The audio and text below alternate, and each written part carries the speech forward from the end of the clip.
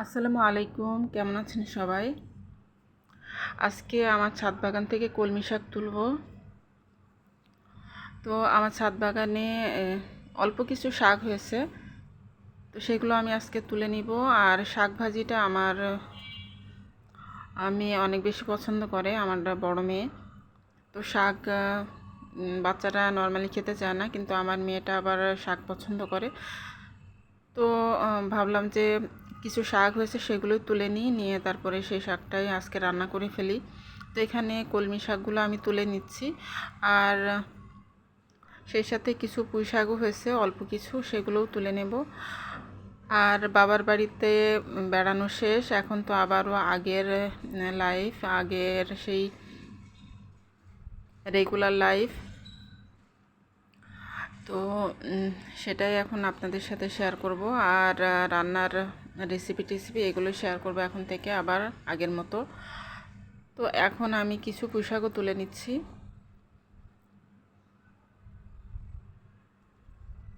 তো এখন ওয়েদারটা মোটামুটি ভালো আছে, আজকে রোদও আছে। তো আমি এখন এই তো কিছু শাক তুলে নিলাম, আর আমার অন্য সাইডেও কিছু কলমি শাক হয়েছে, তো সেগুলো আমি তুলে নিয়েছি। আর একটা লেবুও তুলে নেব গাছ থেকে। আর এই যে দেখতে পাচ্ছেন যে আমার জবা ফুল গাছে মাশাআল্লাহ অনেকগুলো জবা ফুল ফুটেছে। আর এই জবা ফুলের কালারটা অসম্ভব সুন্দর, একদম লাল টকটকে। আর এই যে দেখতে পাচ্ছেন বেশ কয়েকটা জবা ফুল ফুটেছে, আর অনেক কলি এসেছে। আর এই তো আমার পেয়ারা গাছের পেয়ারাগুলো বেশ বড় হয়ে উঠছে আস্তে আস্তে।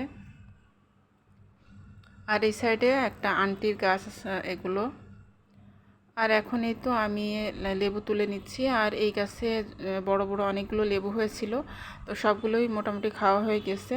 আর এই তো আর 3টা লেবু আছে বড়, তো একটা তুলে নিলাম, আর 2টা লেবু আছে। আর ছোট ছোট অনেক লেবু এসেছে,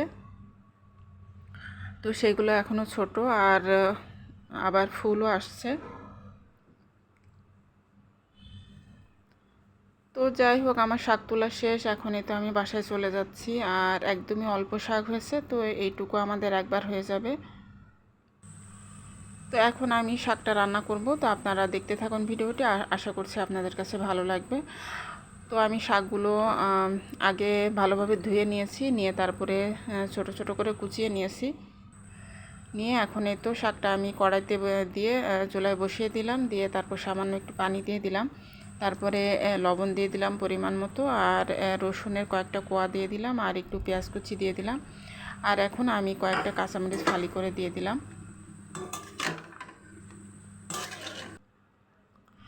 তারপরে আমি একটু নাড়াচাড়া করে ঢাকনা দিয়ে ঢেকে রেখে দিব। আর কলমি শাক সিদ্ধ হতে তো একদমই সময় লাগে না। আর শাকটা একটু সবুজ সবুজ করে রান্না করলেই খেতে বেশি ভালো লাগে। কালারটা যখন যদি সবুজ থাকে তাহলে শাক মানে খেতে ভালো লাগে,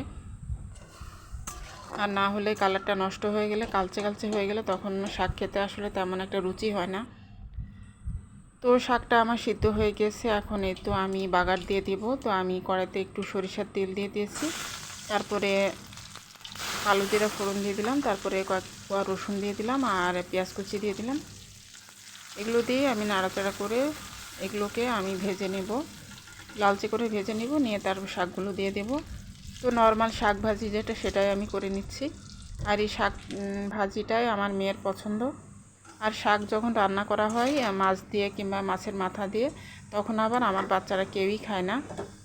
আর এভাবে করে ভাজি করলে আবার আমার বাচ্চারা অনেক বেশি পছন্দ করে।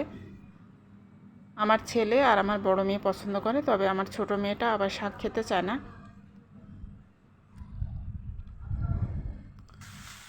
এখন আমি বেশ কিছুক্ষণ নাড়াচাড়া করে তারপরে সব কিছু খুব ভালোভাবে মিক্স করে নেব, নিয়ে তারপরে আমি নামিয়ে ফেলবো।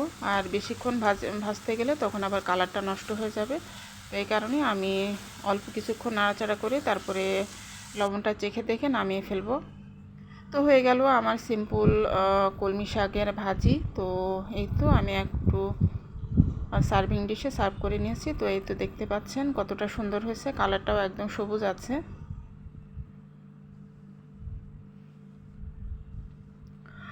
তো ভিডিওটি ভালো লাগলে একটা লাইক দিয়ে দিতে পারেন। আর যদি আমার ভিডিও আপনাদের কাছে ভালো লেগে থাকে তাহলে আমার চ্যানেলটি সাবস্ক্রাইব করে আমার চ্যানেলের একজন সদস্য হয়ে থেকে যেতে পারেন।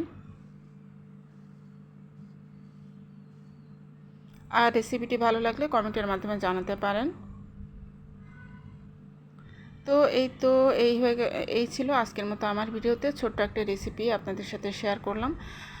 তো আজকের মতো এখান থেকেই বিদায় নিচ্ছি। আপনারা সবাই ভালো থাকুন, সুস্থ থাকুন। আল্লাহ হাফেজ। আসসালামু আলাইকুম।